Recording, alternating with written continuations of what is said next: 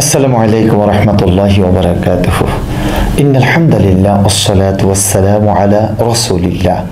দেশি প্রবাসী কাছের ও দূরে যারা যেখান থেকে এই মুহূর্তে দেখছেন এবং পরবর্তীতে দেখবেন, আপনাদের সকলকে কিউএস টিউনে স্বাগত জানাচ্ছি। আমি মোহাম্মদ নাসিরউদ্দিন হেলালি।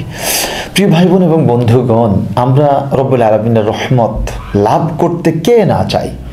যদি আমরা খাঁটি মুসলিম হয়ে থাকি তাহলে আসুন, আমরা তো রব্বুল আলামিনের রহমত লাভ করতে চাই, রব্বুল আলামিনের ভালোবাসা লাভ করতে চাই, এবং আমরা সবাই চাই যে আমাদের জন্য আল্লাহ পাক রব্বুল আলামিনের আসমানের দরজাগুলো খোলা থাকুক।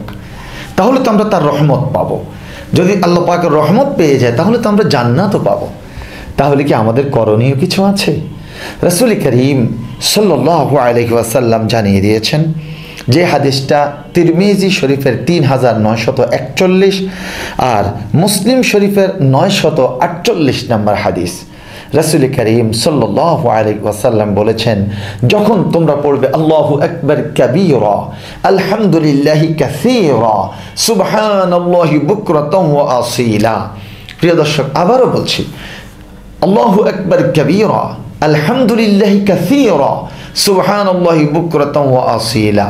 আপনি তো আমলটা করেছেন, আপনি তো মনে মনে ভাবছেন আমি আমল একটু করেছি, কিন্তু তার রেজাল্ট কি দাঁড়িয়েছে? আপনার জন্য আল্লাহ পাকের আসমানের দরজাগুলো খুলে দেওয়া হলো, রহমতের দরজা খুলে দেওয়া হলো, জান্নাতের দরজা খুলে দেওয়া হলো। তাহলে এই আমলটা আমরা কখন করব? আমরা প্রতিদিন চেষ্টা করব প্রত্যেক ওয়াক্ত নামাজের পর 3 বার করে এই আমলটি করতে।